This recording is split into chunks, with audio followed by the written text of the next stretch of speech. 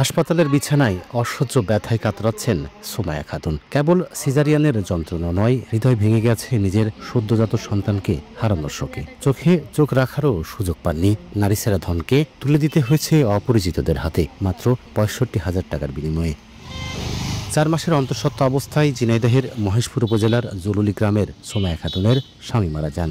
ঋণ শোধ করতে সিদ্ধান্ত নেন সন্তান বিক্রির। অভিযোগ উঠেছে, ওই হাসপাতালের আয়া ইসমতারার প্রলোভনে ৬৫,০০০ টাকার বিনিময়ে ছেলে শিশুটিকে কুমিল্লায় বিক্রি করা হয়। ৬৫,০০০ টাকা তারা দিয়েছে আমার। তারা বাচ্চাটা নিয়ে গতকাল রাত্রে চলে গিয়েছে। এদিকে ঘটনাটি জানাজানির পর হাসপাতালে অভিযান চালায় উপজেলা নির্বাহী কর্মকর্তা। শিশু বিক্রির অপরাধে সিলগালা করা হয় হাসপাতালটি।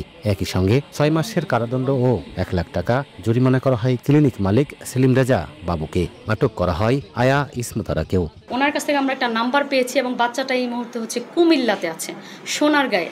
আমরা এই বিষয়টা এখন ওসির সাথে কথা বলে যেভাবে হোক বাচ্চাটা ফিরিয়ে আনার ব্যবস্থা করতেছি। বর্তমানে সুমাইয়া মহেশপুর উপজেলা স্বাস্থ্য কমপ্লেক্সে চিকিৎসাধীন আছেন। শিশুটিকে উদ্ধারের জন্য দ্রুত কুমিল্লায় অভিযান চালানোর কথা জানায় পুলিশ। লোটাস রহমান সোহাগ, সময় সংবাদ, ঝিনাইদহ।